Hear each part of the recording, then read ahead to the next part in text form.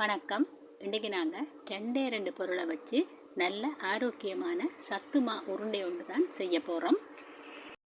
பின்னேரம் தேத்தண்ணி குடிக்கிற நேரங்களில் இப்படி ஒரு மாவு இருந்ததுன்னு சொன்னால் உடனே நாங்கள் குழைச்சி பிள்ளைகளுக்கு கொடுக்கலாம். இதை எல்லாருமே சிம்பிளாக செய்து கொள்ளலாம். இந்த சத்து மாவை செய்கிறதுக்கு இதில் கருப்பு முழு உளுந்து எடுத்து வச்சிருக்கிறேன். அதோட புழுங்கல் அரிசி எடுத்திருக்கிறேன்.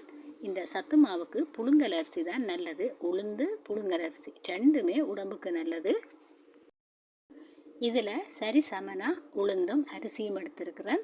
3 சுண்டு உளுந்தும் 3 சுண்டு புழுங்கல் அரிசியும் எடுத்திருக்கிறேன். இதை தனியாக உளுந்துலையும் செய்து கொள்ளலாம். ஆனால் உளுந்தில் செய்தால் எங்களுக்கு அதை தனியாக சாப்பிட முடியாது, கொஞ்சம் வலுவழுப்பாக இருக்கும். அதால் அரிசி சேர்த்தம், அதுவும் இந்த புழுங்கல் அரிசி சேர்த்தோம்னு சொன்னால் உண்மையிலேயே உடம்புக்கு நல்லது. பிள்ளைகளுக்கு ஒரு நிறைவான சாப்பாட்டை சாப்பிட்ட மாதிரி இருக்கும். முதல்ல அரிசியையும் உளுந்தையும் கழுவி அரிக்க வேணும். சில நேரங்களில் கல்லுகள் இருக்கும். இது இங்கே எங்களை வயலில் விளைஞ்சது. கல்லுகள் சில நேரம் இருக்கக்கூடும். உளுந்தை முதல்ல அரிச்சு கொள்ளுவோம். இந்த உளுத்தம்மா இன்றைக்கு நேற்றில் நாங்கள் சின்ன காலத்தில் இருக்கிறதுல இருந்து எங்களோட வீடுகளில் எங்களோட அம்மா திரிச்சு வச்சிருப்பா. இப்போ இருக்கிறது மாதிரி விதவிதமான சாப்பாடுகள் சிற்றுண்டிகள் எல்லாம் அந்த காலத்தில் இருக்காது. எங்களுக்கு தெரிஞ்சதெல்லாம் இந்த உளுத்தம்மா உருண்டை தான்.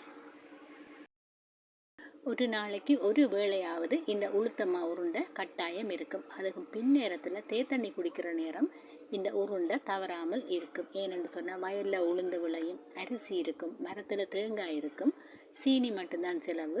இதை உருட்டி தந்தால் நாங்கள் நல்ல வடிவாக சாப்பிட்டுட்டு ஒரு பிளேண்டியை குடித்தோம்னா எங்களோட ஒரு வேளை சாப்பாடே இதால் பூரணமாகிரும். பாருங்கள், அடியில் கொஞ்சம் 1-2 கல் இருக்குது. இதை நாங்கள் எரிஞ்சிருவோம். இப்போ இந்த தண்ணியை நல்லா வடிச்சிட்டு திரும்பவும் இதை 2-3 தரம் கழுவிட்டு இந்த உளுந்தை நாங்கள் காய விடுவோம். உளுந்தை கழுவிட்டு இப்படி ஒரு வடிதட்டில் போட்டு தண்ணி நல்லா வடிஞ்சதுக்கு பிறகு இதை வெயிலில் வச்சு நல்லா காய விட்டு கொள்ளுவோம். இது நல்லா காய வேணும். அப்போ தான் எங்களுக்கு உளுத்தமாக கனகாலத்துக்கு வச்சிருக்க முடியும். இனி நாங்கள் அரிசியை அரிச்சு கொள்ளுவோம். இந்த இப்போ வார அரிசியில் கல் இருக்காது. இது இங்கே நாங்கள் புழுங்கல் அவிச்சு குத்தின அரிசி. வெளியில் காய விடையக்குள்ள மண்ணுகள் கல்லுகள் இருக்கும். மில்லில் கல் நீக்கி தந்தாலும் கூட சில நேரங்களில் கல்லுகள் இருக்கக்கூடும். அதால் அரிச்சிட்டே போட்டுருவோம். இப்போ உள்ள பிள்ளைகளுக்கு அரிசி அரிக்கிறேன்னு சொன்னாலே என்னென்னு தெரியாது. ஏனென்றால் இப்போ அரிசியெல்லாம் அப்படியே ரெடிமேடாக கல் மண் உமி எதுவுமே இல்லாமல் தான் வருது.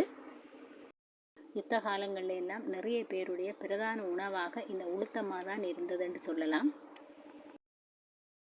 அரிசி அரிச்சு முடிஞ்சது. இதில் அடியில் 1-2 கல் மட்டும் இருக்குது. நாங்கள் இதை எரிஞ்சிருவோம். அரிசியில் இருக்கிற தண்ணியை வடிச்சிட்டு இன்னொருக்கா கழுவிட்டு இந்த அரிசியை காய விடக்கூடாது. இதை இப்படியே நல்லா தண்ணியை வடிச்சிட்டு மூடி வைக்க வேணும். அந்த தண்ணியில் கழுவின தண்ணியில் இந்த அரிசி அப்படியே ஊறி நல்லா காஞ்ச மாதிரி வந்ததுக்கு பிறகு தான் நாங்கள் இதை வறுக்க வேணும். இந்த புழுங்கல் அரிசி அப்படியே தண்ணியை உறிஞ்சிரும். மூடி வைப்போம். ஒரு அரை மணித்தியானம் போல் இதை மூடி வைப்போம். நான் விறகடுப்பில் தான் வறுக்க போகிறேன். முதல்ல உளுந்தை வறுத்துருவோம். உளுந்து நல்லா காஞ்சிட்டுது. இந்த உளுந்தை ஒரு 15 நிமிஷம் மட்டும் நல்ல மெல்லிய நெருப்பில் இதை வறுத்து எடுக்க வேணும். அடுப்பை நல்லா எரிக்கக்கூடாது. இந்த உளுந்து நல்லாவே வெயிலில் காஞ்சிருக்கு. உளுந்து வறுபட்டுட்டுது. உளுந்து வறுபட்டால் நல்ல வாசம் வரும். அதோட நாங்கள் உண்ட வாயில் எடுத்து பார்த்தோம்னு சொன்னால் நல்ல இறுக்கமாக கடிபடும். உள்ளுக்குள்ளே நிறமும் மாறி இருக்கும். இல்லாட்டி உளுந்து வெள்ளையாக இருக்கும். நல்ல உளுந்து வறுபட்டுட்டு சொன்னால் நல்ல பொன்னிறமாக இருக்கும் உள்ளுக்கு. இதை நாங்கள் இறக்கி ஆற விட்டுருவோம். உளுந்து நல்லா ஆறட்டும். இனி நாங்கள் அரிசியை வறுத்துருவோம்.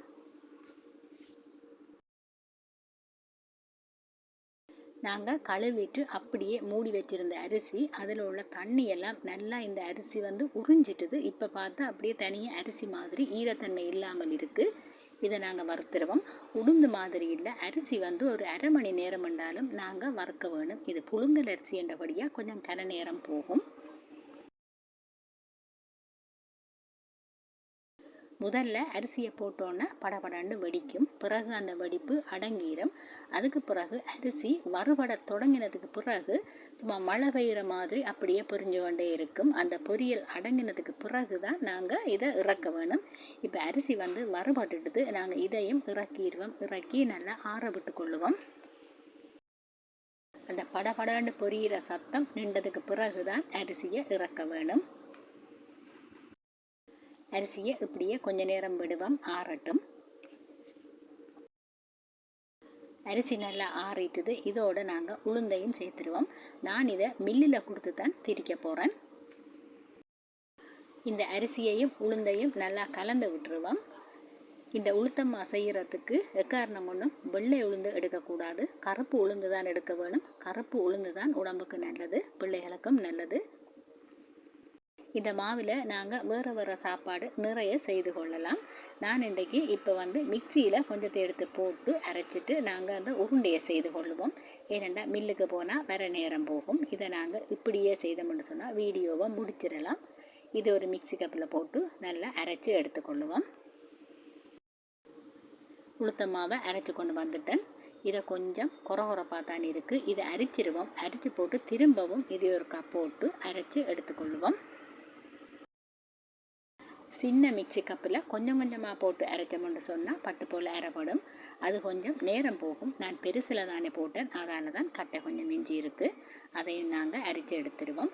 இதில் வந்து கடைசியில் ஒரு கொஞ்சமாக கட்டைகள் மிஞ்சினா அதை நாங்கள் இப்போ திரிக்க போகிற அந்த அரிசியோடையும் உளுந்தோடையும் கலந்துருவோம். எங்களோட சத்து நிறைஞ்ச உளுத்தமாக தயாராகிட்டுது. இப்போ நாங்கள் இதை குழச்சி சாப்பிட்ருவோம். முதல்ல தேங்காய் பூ போட்டுக்கொள்ளுவோம். எங்களுக்கு தேவையான அளவுக்கு போட்டுக்கொள்ளுவோம் சுவைக்கேற்ப. இதோட சீனி சேர்த்துக்கொள்ளுவோம். நான் இதில் ஒரு 3 மேசக்கரண்டி அளவுக்கு சீனி சேர்த்துக்கொள்கிறேன். அவரவர் இனிப்புக்கு ஏற்ற அளவு சீனி சேர்த்துக்கொள்ளலாம். சர்க்கரையை இடித்து போட்டு சேர்க்கலாம். பனங்கட்டியும் சேர்த்துக்கொள்ளலாம். இதோட கொஞ்சமாக உப்பும் சேர்த்துட்டு எல்லாத்தையும் கையால் நல்லா கலந்து விடுவோம். தேங்காய்ப்பு, உப்பு, சீனி எல்லாமே போட்டுட்டோம். இதுக்கு வேறு ஒன்றும் தேவையில்லை. இனி நாங்கள் நல்லா கொதித்து பொங்கின சுடு தண்ணியை விட்டு கொஞ்சம் கொஞ்சமாக விட்டு நாங்கள் சாப்பிட்ற பதத்துக்கு இதை குழச்சி எடுத்துக்கொள்ளுவோம். நாங்கள் இப்படி ஒரு சத்து மாவை செய்து வச்சிட்டோம்னு சொன்னால் அவசரத்துக்கு பிள்ளைகளுக்கு வந்து கொஞ்சம் தேங்காய் பூவும் சீனியும் போட்டு சுடுதண்ணியை போட்டு குழச்சிட்டு கொடுத்தா கூட பிள்ளைய நல்ல வடிவாக சாப்பிடுவாங்க. அந்த ஓடி போய் கடைகளில் பிஸ்கட்டை வேண்டி கொடுக்குறதுக்கு வேறு வேறு கண்ட சாப்பாடுகளை வேண்டி கொடுக்குறத விட இப்படியானது வந்து பிள்ளைகளுக்கு உடம்புக்கு நல்லது. பிள்ளைகளுக்கு மட்டுமில்லை, பெரிய ஆக்களுக்குமே நல்லது. இதில் வந்து நாங்கள் புழுங்கல் அரிசி சேர்த்துருக்கிறபடியாக இது வந்து ஒரு நிறைவான சாப்பாடாக இருக்கும். நல்லா பசியும் தாங்கும். தோட்டங்களில் வேலை செய்கிற ஆக்களும் சரி, வயல்களில் வேலை செய்கிற ஆக்களுக்கும் சரி, இது ஒரு அருமையான சாப்பாடு. தண்ணி குடிக்கல இதை சாப்பிட்டாலே நல்ல ஒரு உற்சாகம் வரும். நான் இதில் இன்னும் கொஞ்சம் சீனி சேர்த்துக்கொள்கிறேன். சீனி பத்தாத மாதிரி இருக்குது. மா குழச்சி முடிஞ்சது. கொஞ்சம் எடுத்து வாயில் போட்டு பார்த்தோம்னா தெரியும் இனிப்பு காணுமா உப்பு காணாதா என்னன்னு சொல்லி தேவையானதை சேர்த்துக்கொள்ளலாம். இனி நாங்கள் இதை எங்களுக்கு தேவையான அளவு உருண்டைகளாக உருட்டி எடுத்துக்கொள்ளுவோம். எங்களோட சுவையான சத்துமா உருண்டைகள் தயாராகிட்டுது. அருமையான ஒரு உருண்டை. இதை கட்டாயம் நீங்கள் எல்லாருமே வீடுகளில் செய்து வையுங்க. இந்த மாவில் இன்னும் நிறைய சாப்பாடுகள் செய்யலாம்.